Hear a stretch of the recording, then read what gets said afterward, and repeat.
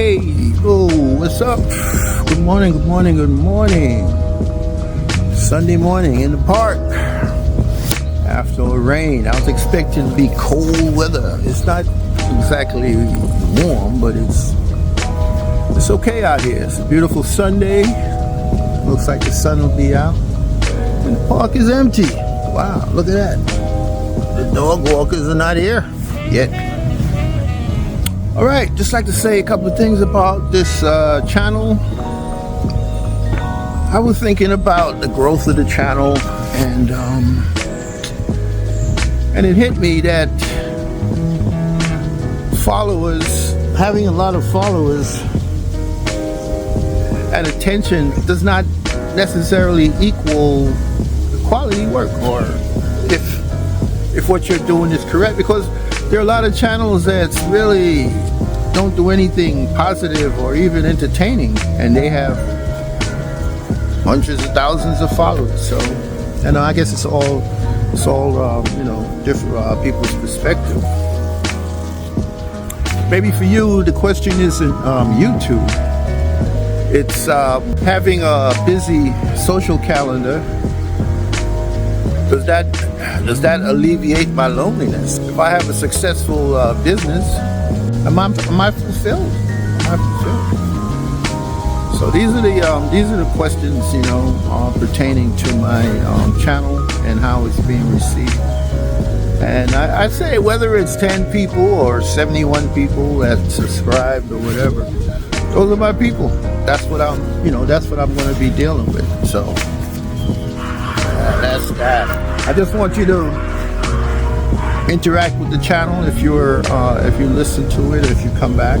I'm getting the views, I'm just not getting the interaction, but that's just part of it, I guess.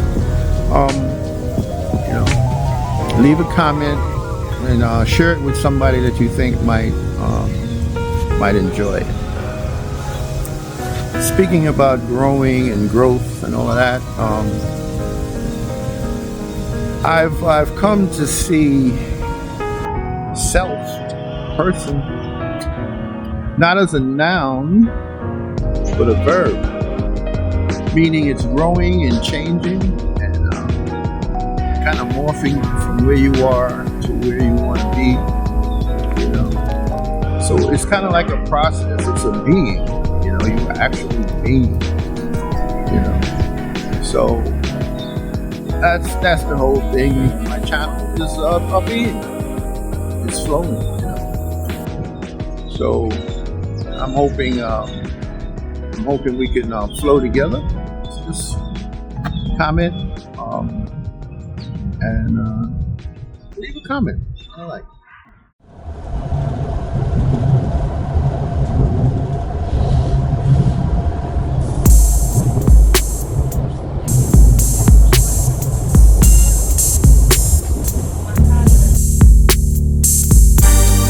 GMO. It really pains me to talk about stuff like this. GMO, Negro. It's been GMO. Well over 400 years of this white supremacist bullshit. GMO, Negro. Some of y'all still laughing when ain't nothing funny, and scratching when ain't nothing itch. GMO, Negro. Come on, brother. GMO. Sister. Come on. Get your fix. Now, the topic for this episode, what's been on my mind, is this idea of my truth, and people saying, "Well, this is my truth," and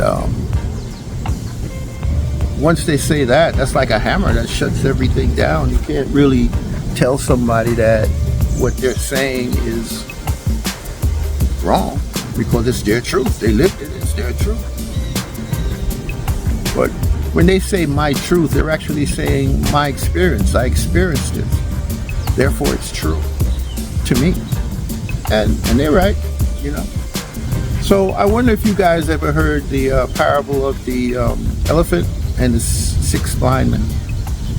There were 6 blind men who have never seen or experienced, never experienced an elephant.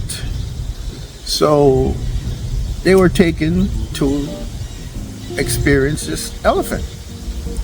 The first guy went right up to it, to the side of it, and touched the side, and he said, "Oh, wow, this elephant is like a wall. It's big, it's kind of rough. It's like a wall." Next guy went over to the leg, and he grabbed that leg, and he put his hands around it, and he was like, felt it. It's got these ridges and around the knee and everything. It's like, "Oh, I know what this is. This is like a tree. It's like a tree trunk. The elephant is like a tree trunk." Then the guy went back to the tail of the elephant, and he grabbed the tail, and he spun it around, and he was like, "Oh, it's flexible, like a rope. And the other guy went to the ear of the elephant, and he held the ear, and he kind of flapped it. They said, "This is kind of like a thick piece of cloth or something, a huge leaf or something. An elephant is like flexible like that. You could probably make a garment out of this." A heavy one. And the other one touched the tusk of the elephant, and it was smooth, and he ran his hands back and forth, and he touched it, and at the end it was like a point. He was like, "Oh, I know what the elephant is. It's like a spear. It's like something that you like jab something in it, got a curve to it." Yeah, I understand that. I know that. The other guy grabbed the trunk of the elephant, and it was moving around, and he held it, and he was going up and down, and he was like, "Oh, wow, elephant is just like a snake. Elephant's like a snake. I know what that is." Okay, so what does this all mean? That means that, well, I take it to mean that each one of the blind men, had their own experience with the elephant. And it was really basically confined to that one experience.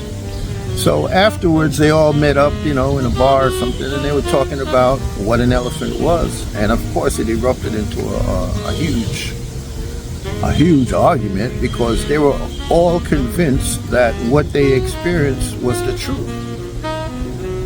And my point is that what they did experience was the truth, but it wasn't the whole truth. We are all parts of the truth. We're experiencing it from our own perspective, And I think the key to the whole thing is finding that middle path. You've seen like politicians, and when they're arguing over a point, this one should go this way, that should go that way, and they're going back and forth, and they each have like stats, and they all have their perspective and experience and backup information. And the fact is that the truth is the combination of both of those things, finding the middle path to be able to accept somebody else's quote-unquote truth as part of the total experience and incorporate it. So, and this reminds me of Rumi, the poet. Of course, I come back to him. I go back to him every now and then. And he says, you're not a drop in the ocean. The entire ocean is inside one drop. My version of it is, you're not a speck in the universe. The universe is inside you, that speck. So, but to, I think, experience or appreciate the universe within inside you, you have to begin to accept perspectives that you haven't experienced. We do that. We take the word of like scientists, and this will happen if you do that, and we don't have to experience it, to accept it as true.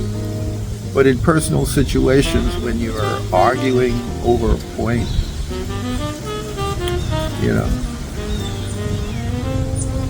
that's my thing.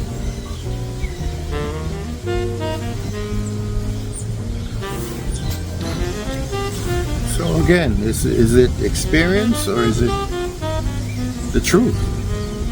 The answer is yes and yes. But truth with the big T, with the grand truth, universal truth, is a combination of all of us, all of our experiences. You know, I want to do one of these things on the observer, you know, and what the observer is. But yeah, it's a combination of all our truth and just putting it out there. Think about it the next time you get into an argument and you're absolutely sure you're right based on what you've experienced in your life. Just give it a thought.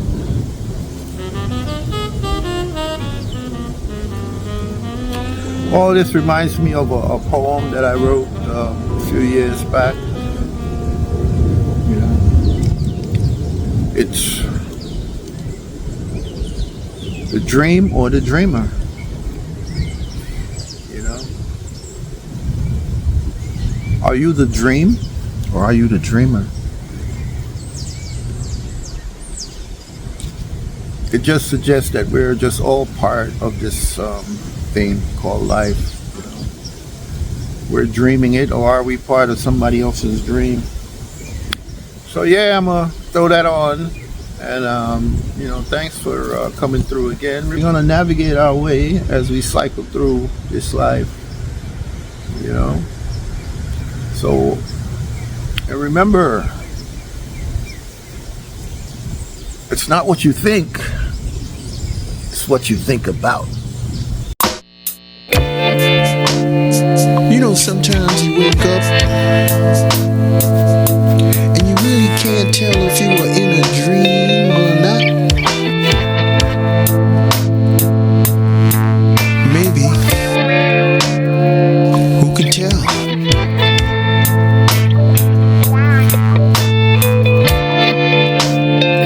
Was I the dream or the dreamer?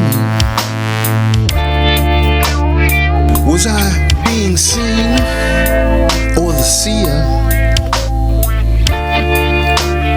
Was it a scheme or was I the schemer? Was I the believer or the believer? What I wanted to know could not be known. What I wanted to see could not be seen, 'cause the eye cannot see itself no more than a knife can cut itself.